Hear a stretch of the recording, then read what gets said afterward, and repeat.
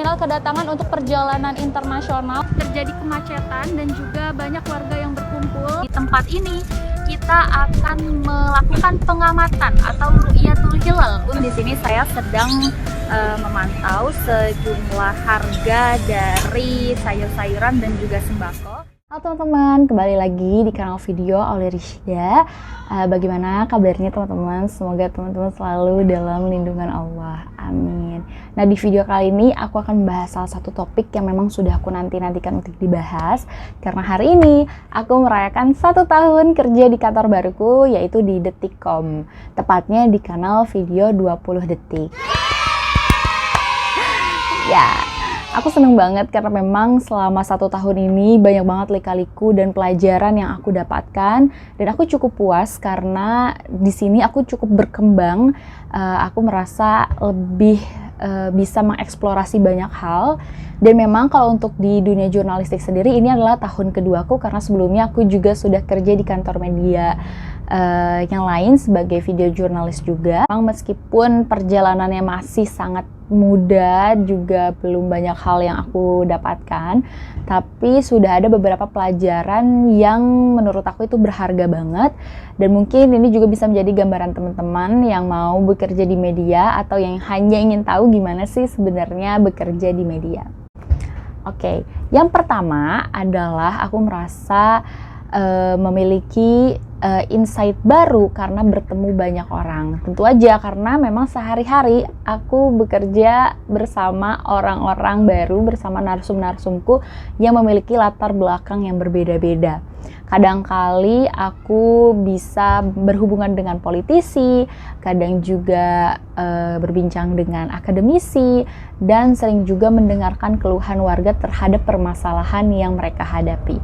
Dari obrolan-obrolan tersebut, aku menyadari bahwa hidup kita itu memang bukan cuma tentang kita saja, bahwa di sekeliling kita itu banyak sekali hal-hal atau permasalahan sosial yang membutuhkan atensi kita, atau yang lebih jauh lagi membutuhkan perubahan dari orang-orang yang memiliki kuasa terhadap hal itu.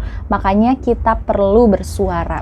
Yang kedua, become mentally and physically strong. Bagaimana kita harus memiliki mental dan fisik yang kuat. Karena untuk aku sendiri kan memang sering dihadapkan oleh situasi-situasi yang tidak terduga.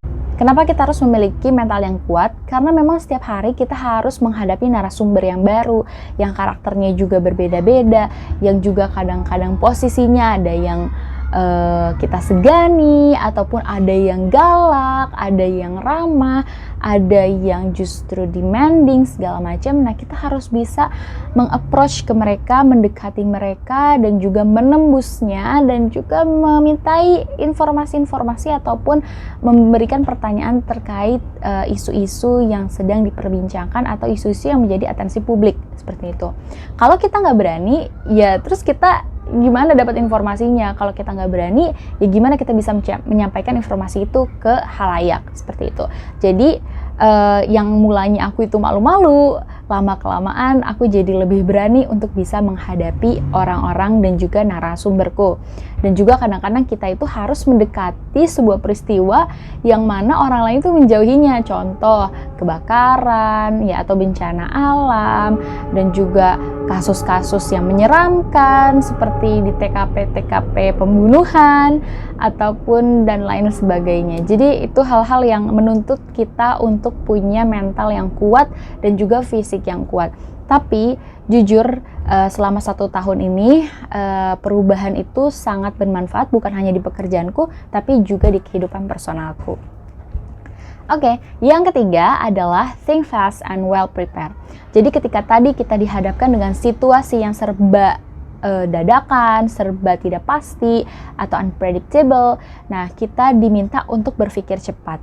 Kalau ada sesuatu yang di luar kendali kita harus berpikir untuk mencari alternatif lain agar kita tetap bisa mendapatkan informasi yang kita butuhkan.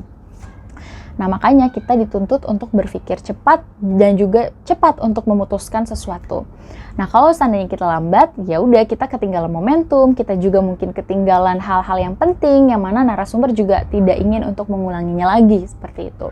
Nah, supaya tetap mendapatkan momentum dari pilihan alternatif kita, maka kita itu harus memberikan waktu lebih awal daripada waktu yang kita alokasikan. Misalnya kita harus sampai di lokasi jam 8, maka kita itu memang harus berangkat dari 1 jam atau 30 menit sebelumnya. Jadi ketika kita sampai di lokasi dan ada hal-hal tidak terduga, kita masih punya spare waktu untuk mencari alternatif lain dengan leluasa, seperti itu.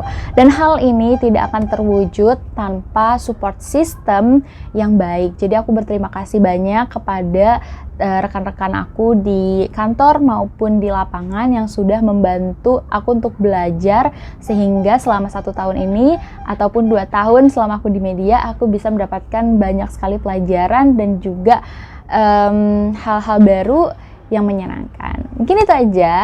Terima kasih sudah menonton. Semoga teman-teman yang sedang menjalani mimpinya juga bisa terus semangat dan juga diberikan kekuatan dan juga kesabaran untuk menjalaninya. Terima kasih. Sampai jumpa di video selanjutnya. Bye-bye.